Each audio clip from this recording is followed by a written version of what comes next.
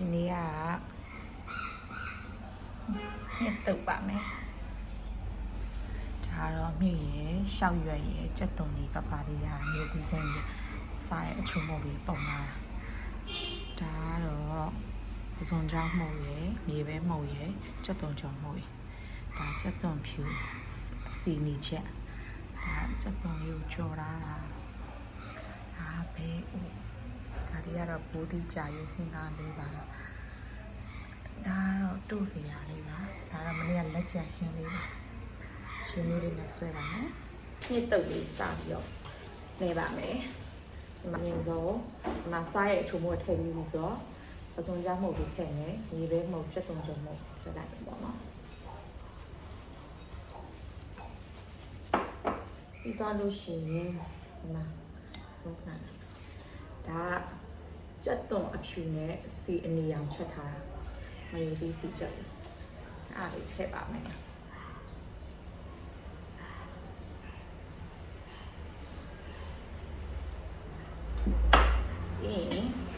ကြက်သွန်လေးကြော်လေးထည့်လိုက်ပါမယ်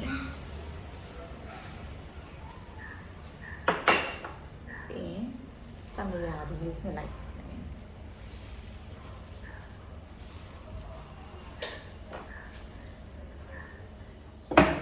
အများကြီးနည်းနည်းထည့်မယ်ပေါ့နည်းနည်းပေါ့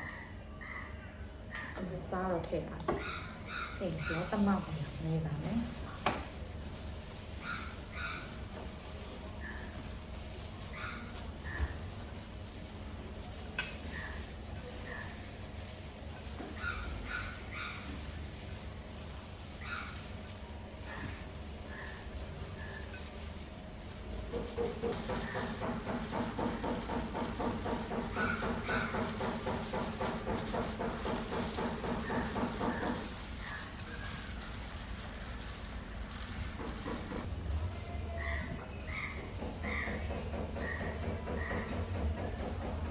ရှယ်နဲ့တုပ်ပြီးပါပြီကို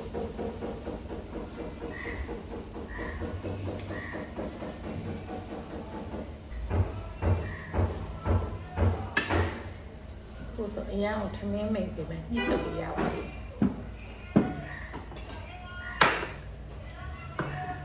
ဒီကြည့်လိုက်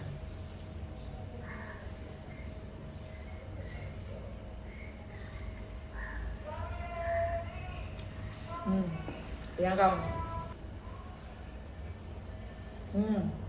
မှပတ်လို့ကြော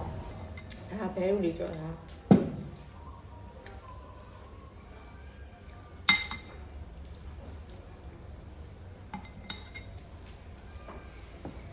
ရှောက်ရလေးထဲတာမှုေးပြီးကိုစားလို့ကောင်း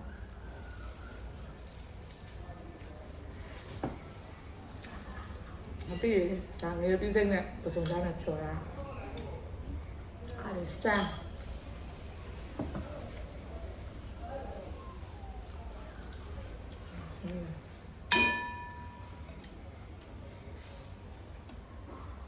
ဆွဲလိုက်မယ်နော်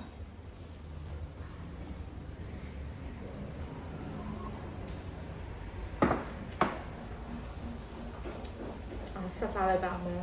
ဆက်တော့